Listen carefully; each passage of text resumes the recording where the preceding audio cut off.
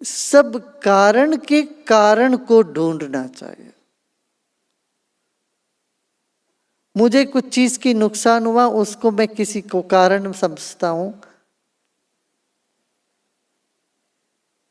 ये जो कारण समझते हैं, अरे मेरी नौकरी चली गई, इसका कारण मेरा मैनेजर था, तो तुमने मैनेजर के साथ कर्म बांध लिया।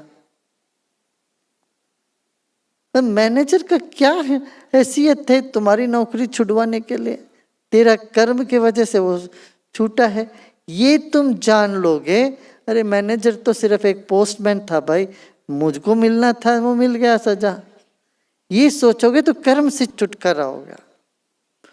मगर तुम किसी को तुम्हारी सुख दुख का कारण समझते हो, तुम फिर बंधन में पड़ने लगते हो, कर्म बनाने लगते हो, कर्म बनता है इससे।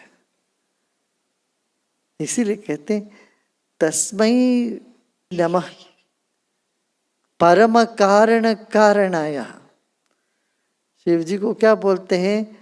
अरे भाई तुम सभी कारण के कारण हो, तुम ना हो तो कुछ होता ही नहीं है, तुम्हारी वजह से सब कुछ हुआ है। ये यदि भाव आ जाता है तो कर्म से छुटकारा, हम खाली हो जाते हैं, अपने भीतर खाली होते ही दिव्यता से भर जाते हैं, शिव तत्व में हम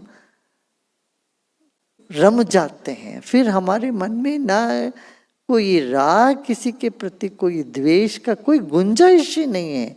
अरे परमात्मा ने ये कराया, जो कुछ भी मेरे साथ होना हो ये परमात्मा के द्वारा हुआ, ये समझ लोगे तो एकदम कर्म से मुक्ति, भय से मुक्ति, दुख से मुक्ति, इन सब से मुक्ति पाओगे तो जीवन मुक्ति फिर सहज ही होने लगता है, हो जाता है ना।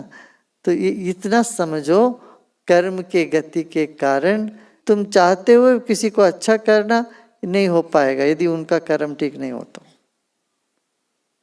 ऐसे ही दूसरे चाहते हुए भी तुमको नहीं होगा, तुम्हारा कर्म का पर्दा यदि इतना गाढ़ा है तो। हाँ, तो कर्म बांधो मत, जो हो गया उसको अनुभव कर रहे हैं, कुछ करके निकलना पड़ेगा, कुछ वैसे ही निकलनी पड़ेगी।